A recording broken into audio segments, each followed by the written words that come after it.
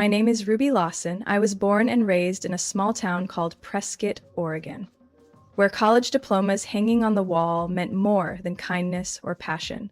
In my household, there was no room for vague dreams, only the plan: graduate with honors, get into a prestigious university, then pursue one of the so-called respectable careers: law, medicine, or academia. My father, Douglas, was a veteran political science lecturer at Oregon State University.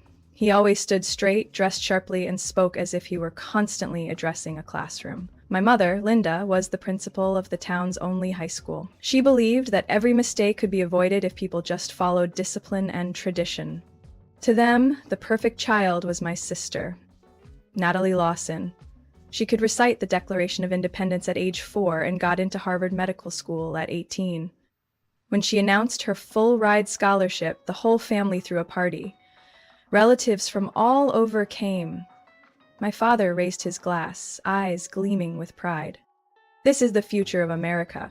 That online business nonsense, just childish distractions. That comment was clearly aimed at me.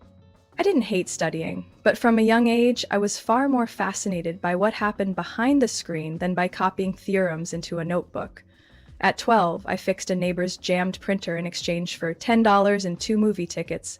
By 15, I had written my first lines of code to build a simple website for Miss Martin's flower shop, and she got her first online order just 3 days later. On my first oblique PVJ outfit, I felt like a woman in the old days. I thought my parents would be proud. Instead, my mother frowned and said, "You should focus on the SAT. These little hobbies won't get you into Columbia." My father was blunter. He stared at the laptop I was setting up for a client and said coldly, "If you want to be a lifetime tech support girl, keep it up, but don't expect a single dime from us." I smiled, but it was a forced smile. The one thing I was never given in that house was the right to be different. At every meal, Natalie's name was repeated like a sacred chant. Natalie was chosen to present at the Boston Symposium, or Professor Landon said she has natural leadership potential. And me, I was asked, "Ruby, are you retaking the math section of the SAT a 3rd time?" In May of my senior year, our family sat around the dinner table, surrounded by college application packets my father had arranged with care. Stanford, Princeton, Yale. None of it meant anything to me. My heart raced as I said the words I had been holding inside for months. "I'm not applying to college. I want to start my own business. I already have a plan, my first client, and nearly $4,000 saved from designing websites." A fork clattered onto a plate. My mother went silent. My father slowly stood up, his voice slicing through the air like a razor blade. "That's not happening, not under this roof." I'll never forget the look in his eyes. It wasn't concern, it was disgust, as if I had just uttered something obscene. I didn't cry. I quietly stood up, walked to my room, and started packing. A week later, I left home with just 3 suitcases, an old laptop, and my determination fully intact. No one saw me off. No one said good luck.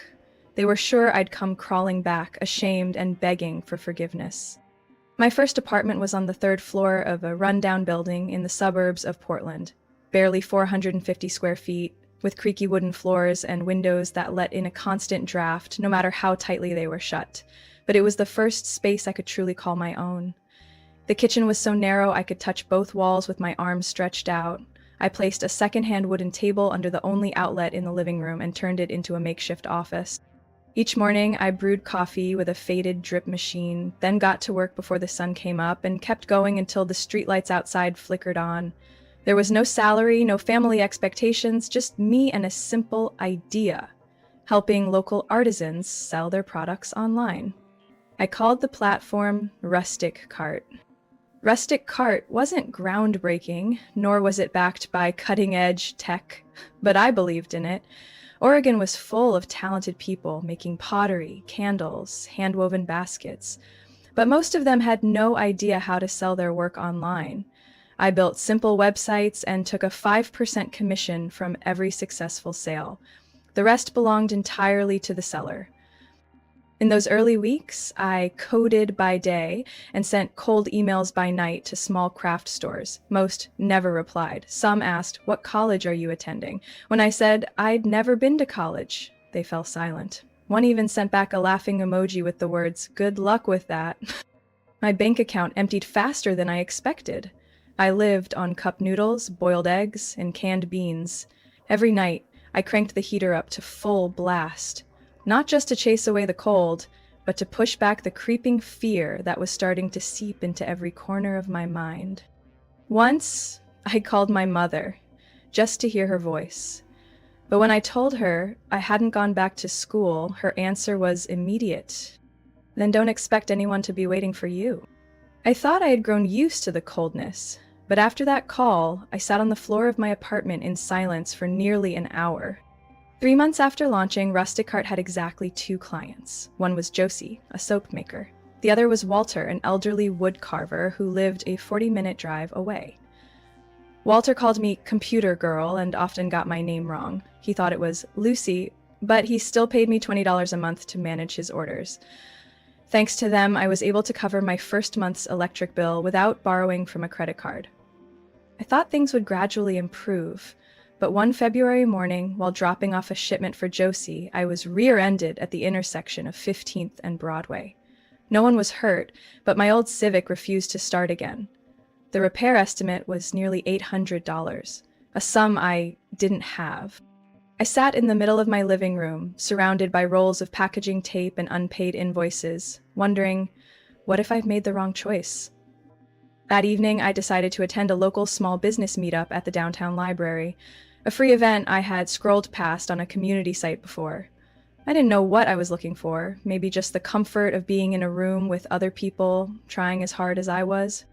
That's where I met Marcia Bennett, a woman in her 50s with neatly tied silver hair, simple clothes, and piercing eyes. She was the founder of LedgerFlow, a small business accounting software company, and she was sharing lessons on scaling a product.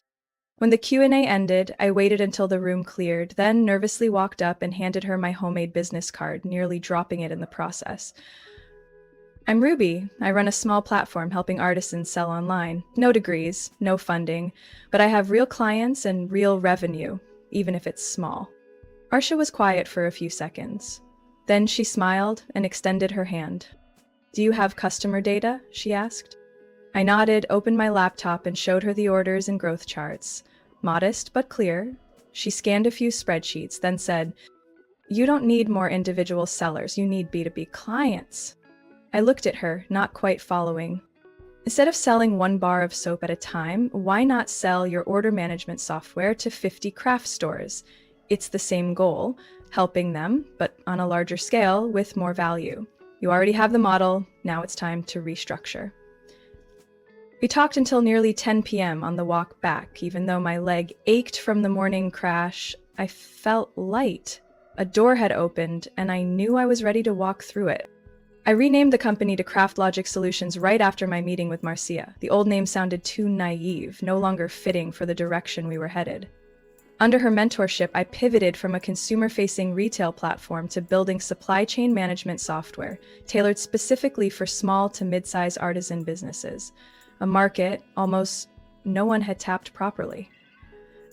The first month post-pivot, I averaged just 3 hours of sleep per night. I rewrote the entire system using a new framework and launched an email campaign targeting independent retail stores across the West Coast.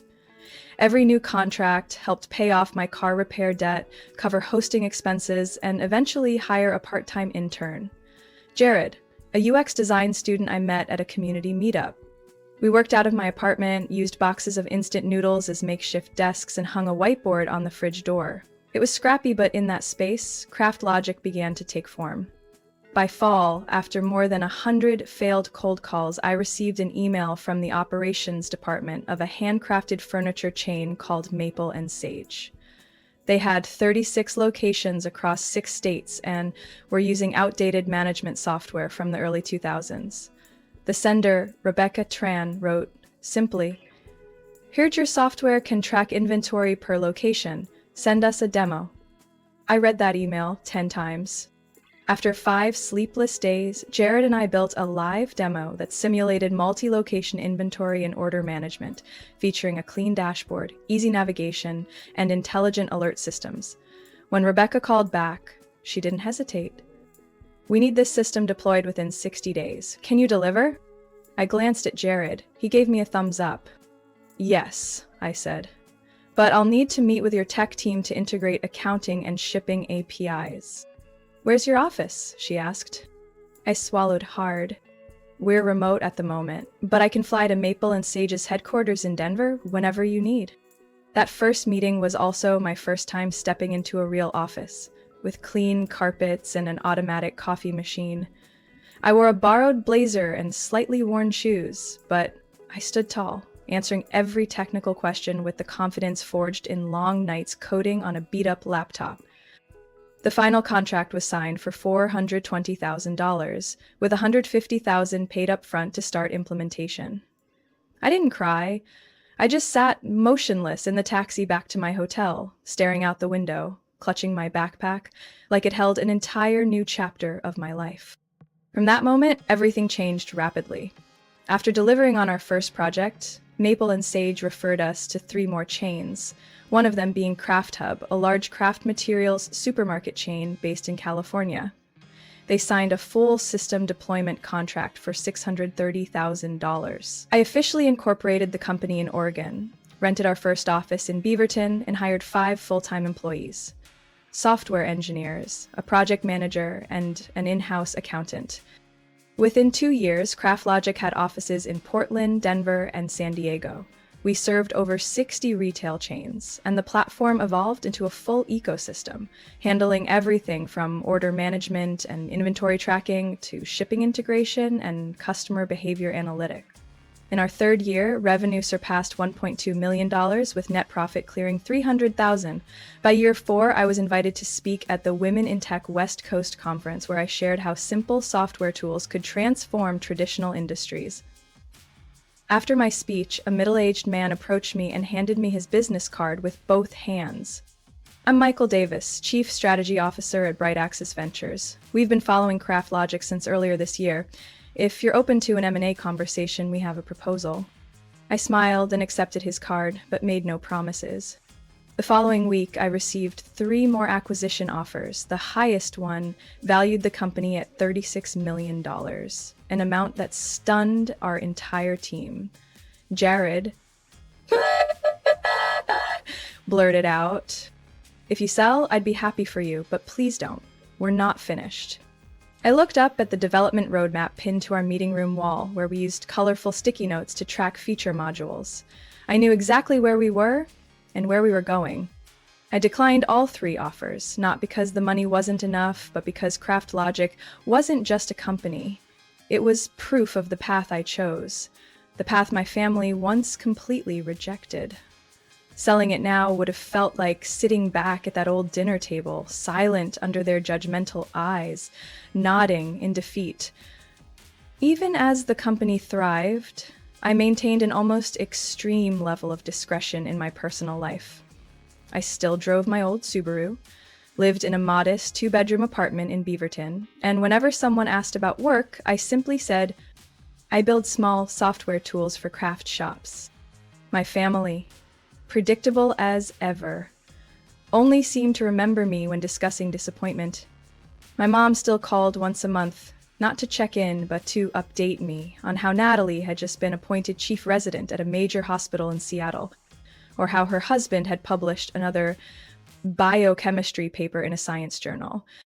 I learned to smile and stay silent, but everything changed when my father, Douglas, was laid off after 28 years teaching political science at Oregon State University. Budget cuts eliminated his department, and at 61, he abruptly lost his main source of income. 1 week later, my mother was diagnosed with an autoimmune thyroid disorder requiring long-term treatment with specialty medication not covered by insurance. When Natalie heard the news, she gave a flat response. "I'm swamped at the hospital too. I can't help." I sat quietly in my office, staring at a bank statement my mother accidentally sent to an old email address I still had access to. One line stood out: this month's mortgage payment not received, overdue by 16 days. Just below that, a prescription bill totaling nearly $1,800. No one in the family reached out for help. Maybe they still believed I was barely scraping by, too stubborn to go back to school, but I knew if no one stepped in, they would lose their home. I contacted my attorney, Robert Kane, who had helped structure CraftLogic's investment contracts. I asked him to set up a trust fund called Spring Hill Holding, disguised as a support grant from a nonprofit education community initiative. Within a week, Spring Hill began sending monthly payments to cover their mortgage on time. My parents received a confirmation letter from the bank stating that an organization had volunteered to back their loan due to the couple's long-standing contributions to local education.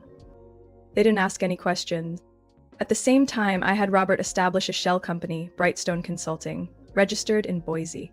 Through it, I signed a fake contract with my father, hiring him to write a civic education curriculum manuscript for modern teaching. Compensation? $2,000 per month? No one checked. No one questioned it. My dad began bragging to friends that he'd been appointed as a state-level educational advisor. My mom, relieved, assumed a silent benefactor was helping them through a rough patch. And me, I quietly approved the wire transfers each month, never asking for gratitude. But that wasn't all. Last June, I found out Natalie, my sister, had just given birth to twins. Due to unexpected costs from her C-section, she had to postpone enrolling them in the bilingual daycare she once raved about. A few weeks later, 2 scholarships labeled Northwest Infant Potential Development Fund appeared in the daycare's records, each worth $9,500 a year, for exactly 2 names, Jacob and Lily Winters. Natalie posted on Facebook in all caps, "It's a miracle, God always provides in his own way." I read it and gave a dry smile. Over the past 3 years, I've spent more than $120,000 maintaining every form of support: housing, medication, tuition, and my father's nominal income. All of it legal. All of it carefully masked to keep my identity hidden. I lived 2 lives. At work, I was Ruby Lawson, the CEO TechBridge Weekly dubbed the tech sorceress of the artisan sector. I closed million-dollar contracts, spoke at conferences, and flew private when needed. In my family, I was still the dropout daughter, probably selling things online somewhere. Every Christmas, I came home in a basic rental car, wearing an old coat, listening to my mom ask, "Still haven't reconsidered going back to college?" And my dad would slowly nod, as if silently forgiving me for not having made something of myself. I said nothing, still silent, still paying the bills. On time. That year, Thanksgiving fell on a gloomy, rainy day in the suburbs of Salem. I came home with a bottle of Napa Valley red wine, a nearly 40-page color-printed folder, and a USB drive containing the internal presentation I'd delivered at the Seattle Tech Conference back in September. I had waited long enough for this day. When I walked into the house, my mother, Linda, was plating the stuffing onto ceramic dishes, still carrying that air of busyness she wore every year. My father, Douglas, sat in his armchair with the business section of the newspaper spread across his lap, giving me a slight nod instead of a greeting. Natalie came down the stairs, dressed like she was ready for the cover of a medical lifestyle magazine. Her husband, Matthew, had just unbuckled the twins from their booster seats and whispered, "Let's not let the kids mess with Aunt Ruby's weird laptop again. Nobody wants their kid coding by age 3. So I didn't react, just gave a faint smile. Dinner started at exactly 6 p.m., as usual. My mother raised a toast to health and family unity. As expected, my father stood next to deliver a 3-minute speech on Natalie's contributions to the medical field, how lucky we were to have Matthew, an ideal son-in-law who values knowledge, and the joy of watching their grandchildren exceed developmental benchmark. Not a single word about me. As everyone began carving into the turkey, I gently placed the stack of documents on the table, right in front of my parents. "I'd like to share something today." My mother paused, frowning as if I'd just spilled gravy on the tablecloth. Natalie glanced at the papers, lips pressed together with suspicion. I pulled one sheet from the stack and laid it open on the table. A copy of TechBridge Weekly, centerfold featuring a rare photo of me smiling, the headline in bold. Ruby Lawson, founder and CEO of CraftLogic Solution, the software platform reshaping America's artisan market. My father picked up the magazine, flipping through it like he was searching for signs of forgery. "Where did you get this?" he asked, his tone colder than the wind outside. "From my own life. I've been running CraftLogic for 8 years now. The company employs over 180 people across 3 cities. It's currently valued at $47 million. And Mom, Dad, I'm the one behind every bit of support this family has received over the past 4 years." I opened the folder. Bank transfer records from Spring Hill Holding to their mortgage lender. Health insurance documents for my mom funded by a private trust. A fake contract from Brightstone Consulting issuing my dad a monthly salary. And scholarship award letters granted to Jacob and Lily. All with proof. The room froze. My father pushed back his chair and stood abruptly, face flushed. "You're making this up. A college dropout with no credentials suddenly becomes a software millionaire? Lie to the world, but don't insult our intelligence. You're the one lying to yourself." I stayed quiet because I thought the family needed to keep its pride. But I'm tired of hiding everything just to be tolerated in this house. My mother whispered, as if afraid of her own voice. "Why didn't you tell us sooner?" I looked at her, answering slowly. "Because every time I spoke, you looked at me like I was an outsider, like I didn't belong.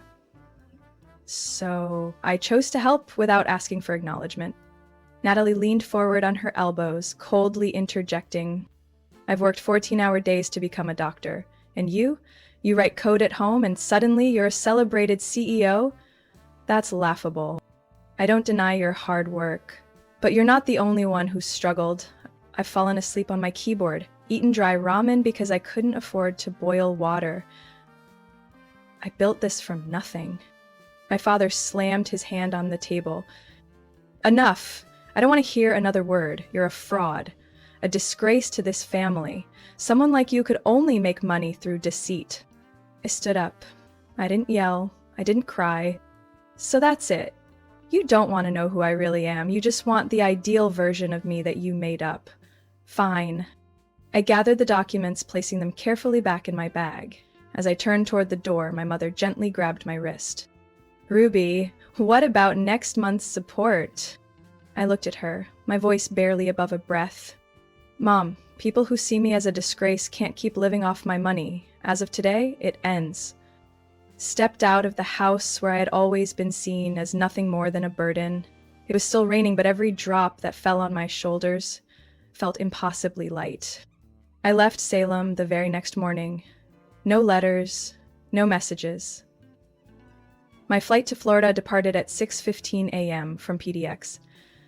I sat by the window, watching the thin clouds dissolve over the Oregon sky I once thought I belonged to. Not anymore. 3 years ago, I bought a vacation home on the outskirts of Clearwater, just off the Tampa coast. A 3-bedroom house with a red tile roof, white paint, and a backyard full of grapefruit trees and lavender. Until now, I only visited it on rare occasions when I needed to escape the whirlwind of work. But this time, I wasn't there to take a break. I came to start over. During the first week, I cleared out the entire vacation rental interior, cheap printed art, clunky faux antique furniture, and lifeless decor. I hired a local interior architect, Elena, to transform the house into a real home, bright, clean, modern, and grounded. A place where I could breathe and just be. Meanwhile, I authorized Robert Maetarati to send official notices to each relevant party, terminating all previously arranged financial supports. Spring Hill Funds ceased all mortgage payments on the house in Salem. Brightstone terminated its consulting contract with Mr. Douglas Lawson. The special scholarships for Natalie's children would not be renewed next year. No explanations. None needed.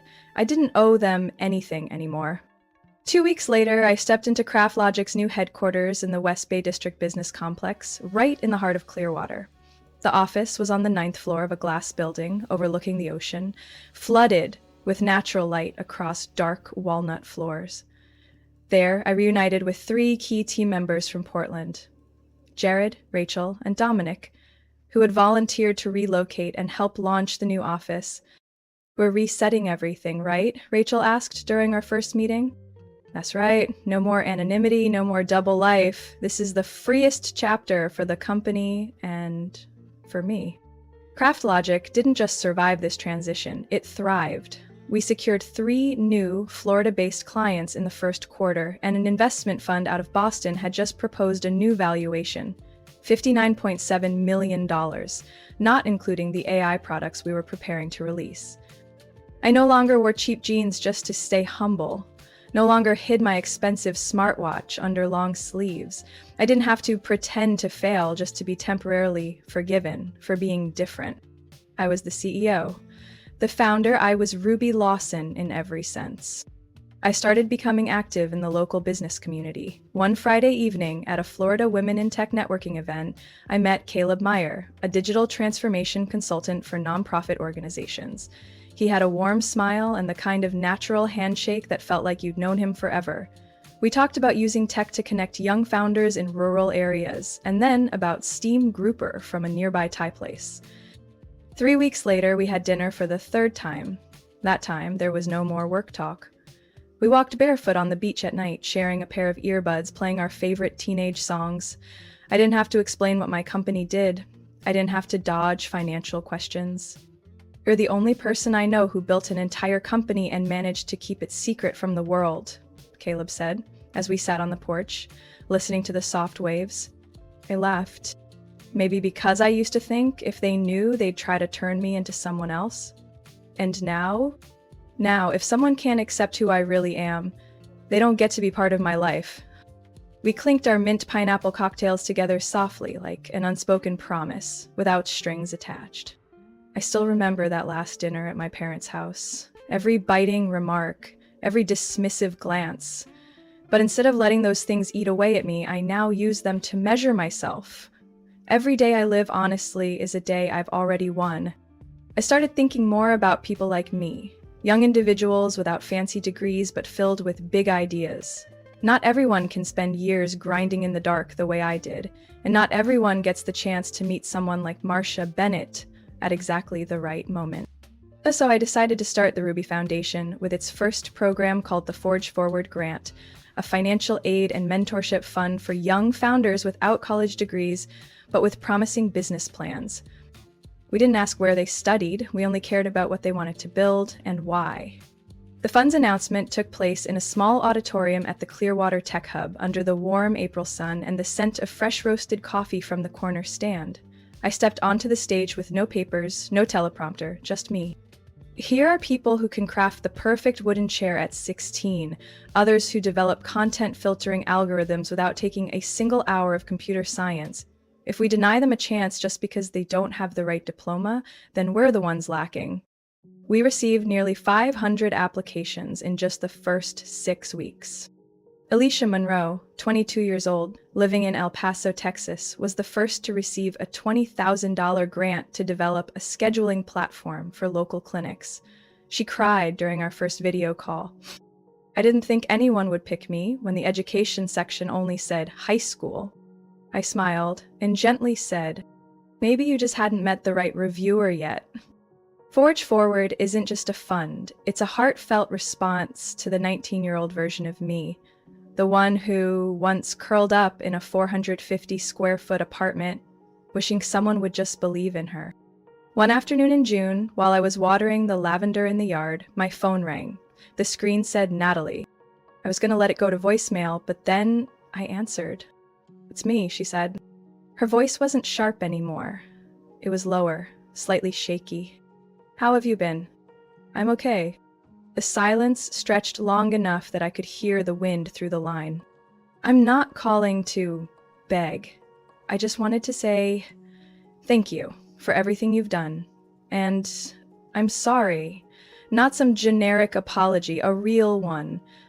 I'm sorry. I didn't see you." I didn't know what to say. I stepped into the kitchen, poured a glass of water, and heard my own voice shrink. "Thanks for calling." After that call, I didn't throw open every door, but I started replying to messages, asking about the kids' health, sending birthday wishes to Matthew, still from a comfortable distance. Then one Sunday morning, I received a handwritten envelope. The sender, Douglas Lawson.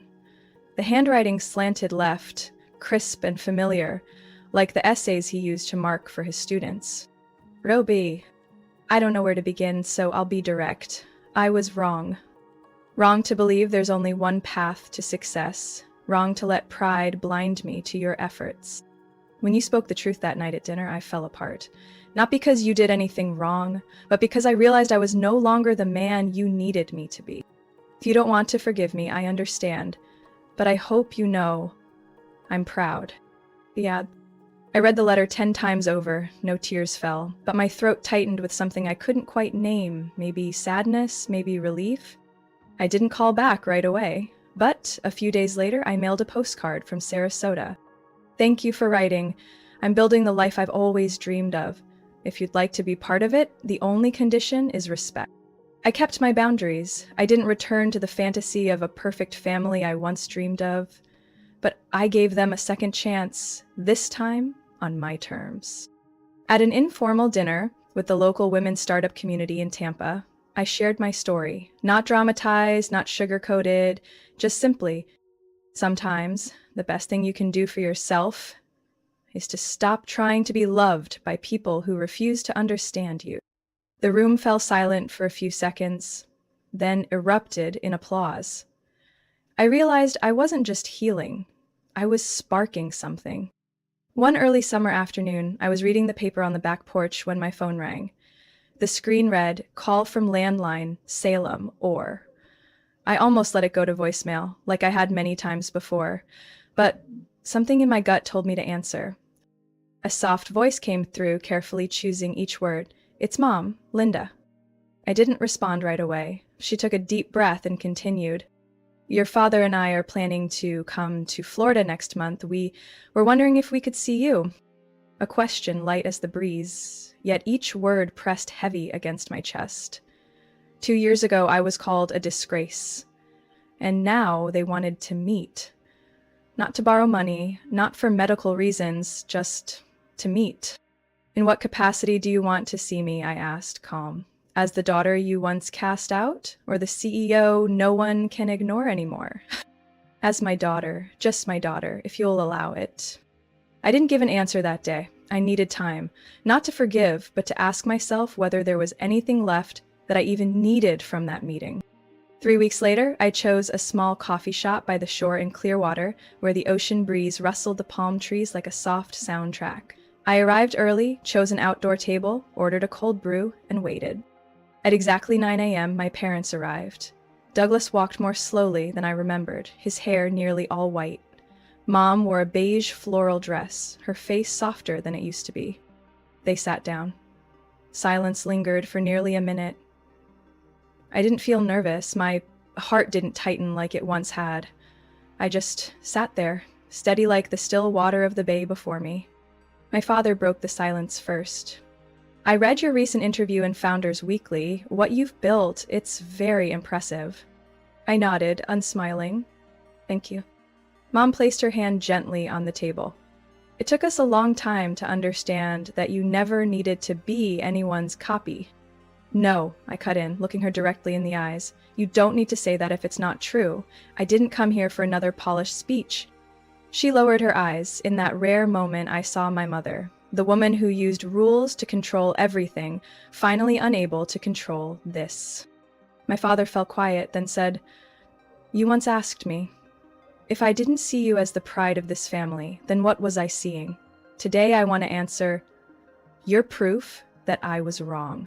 I didn't expect words like that, but I didn't let them define me either. "Dad, Mom, I no longer live for approval. I didn't build this life to earn praise or seek redemption.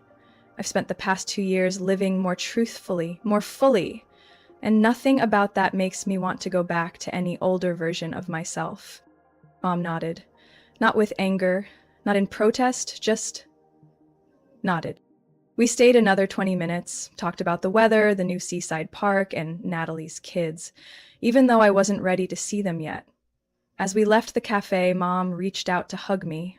Not too tightly, no tears, but long enough for me to feel, for the first time, that she was hugging me without trying to mold me into anything. They flew back to Salem that evening. I didn't wave goodbye. I didn't look back. I walked along the shore and texted Caleb. I did it. He called right away. Did what? I sat in front of them with no anger, no need, and still fully myself. His voice softened. Then you've already won, Ruby. Every Sunday night, I host a small dinner in my backyard. A long table, string lights glowing, homemade bread, and shared wine. There's Caleb. There's Jared. They're young founders from the Forge Forward Fund. We don't talk about payroll or valuations. We talk about purpose, about choices, and about living life with honesty. I don't need a family to take me back. I have a community that chose to stand with me from the beginning, no conditions. And I understand now, more clearly than ever, no one needs to be born into a perfect family to live a full life.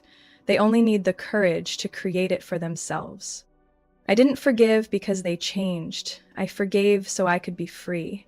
And for the first time in my life, I'm not moving forward to prove anything.